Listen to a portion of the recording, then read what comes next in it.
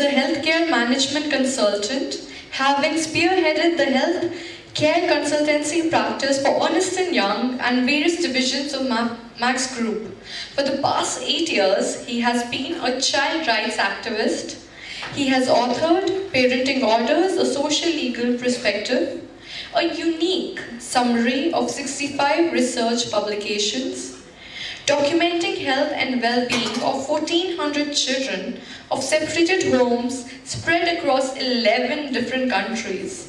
He has contributed towards formulation of child access and custody guidelines and also Law Commission's report on shared parenting.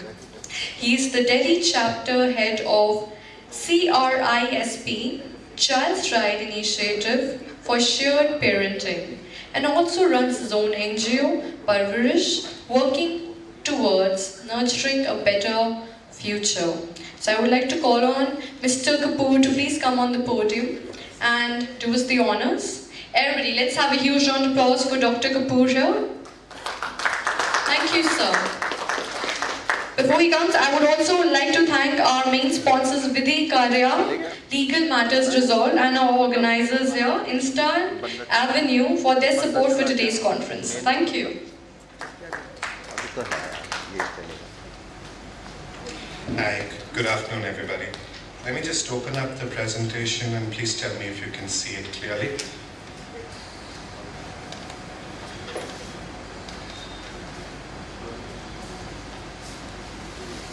Yeah, is that working? Good. So, is this volume good enough? Can all of you hear me clear? Yeah? Wonderful. Okay. So, thank you very much, Chandni, for a wonderful introduction, and thank you very much. Justice Dhingra has left, so, but anyway.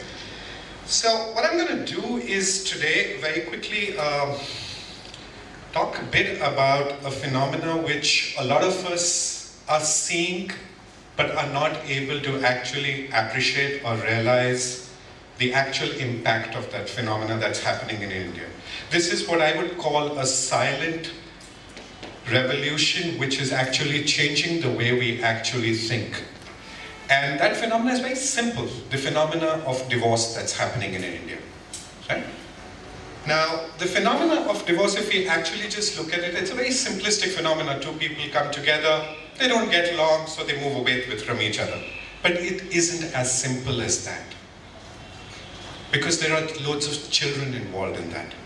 And children, which we all understand, that what they learn from their parents is what decides what the future generation and what our society in future are going to be like.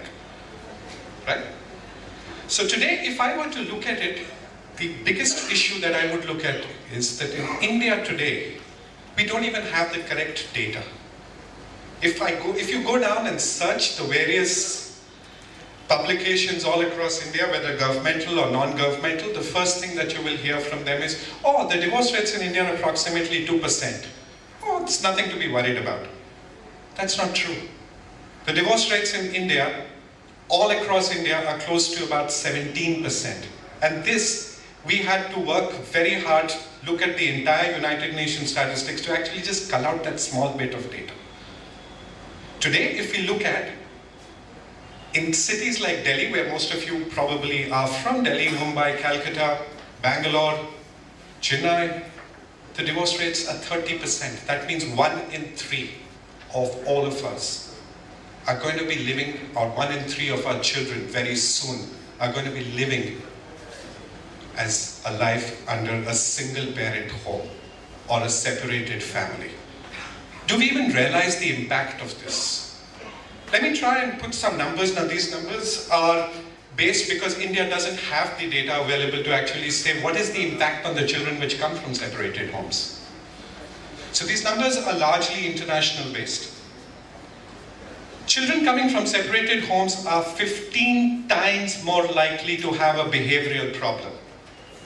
They are 6.5 to 7 times more likely to drop out of school.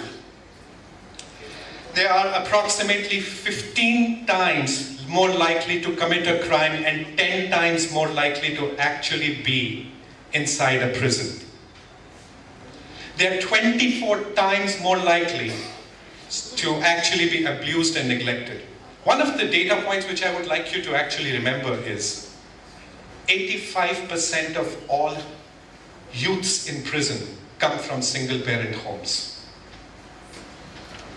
So if we are talking about removing crime, and today's huge discussion among everybody is about black money, demonetization, let's do all these steps, right? The simplest step would have been, can we actually train our children better? That would make a bigger difference. Yeah. But the good point is there is a way to actually save our children in society. Now, one of the things that we must look at is 17% in India really big? Yes, it is, and it is growing phenomenally. But it's not as phenomenal as Belgium, let's say. Belgium has 71% of all people get divorced. France, 58%. USA, 53%. So what we are saying is, I'm not saying that those are great countries to follow and let's all get divorced. That's not what I want to talk about. But I'm really saying that those people have had a much better learning curve. They, for the last 50 years, have been learning across the way what is good for the children. If you were to hear the Prime Minister of UK, Mr. David Cameron, the ex-Prime Minister of UK, Mr. David Cameron actually said the greatest problem that we are facing today in our country, the biggest problem of crime, the problem of rioting, is because the children have grown up in single-parent homes. And this is coming from a Prime Minister who had the entire data at his place. Yeah. So these people have worked very hard for the last 50 years to actually find a solution for this. So let's try and look at what do they say their solutions are, right? So approximately between 1998 and 2011, and I was somewhat part of this study, not entirely, but I was somewhat part of it, and I've written a whole research paper on this, which is the parenting orders. And so we looked across 14,000 children followed over a period of 13 years. Children who came from separated homes, who followed various kinds of systems of actual kind, what kind of parenting, what kind of court-ordered systems that they actually, so the various court-ordered systems of course are, you can either have a single parent custody, you can have a joint custody, or you can have a shared parenting, or you can have a single custody with some visitation rights, right? Now, we looked at all of this for 14,000 children spread across 11 different countries. And what is the data? So let's look at who are the various stakeholders in this whole thing. So there are the parents, there is the children, there is the society, and there are the courts. These are the 4 different stakeholders. Yeah? So let's look at each one of them and say what makes sense to each one of them. If we look at, let's start with children because that should be our primary focus and primary goal.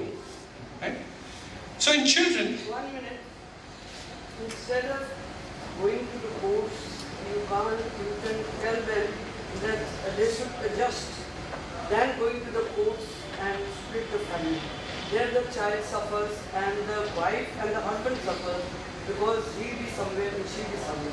So there should be a lecture and speech every month so that they adjust to the family and take the name of the God, spirituality they should have, and then run their life. I think those are very fine.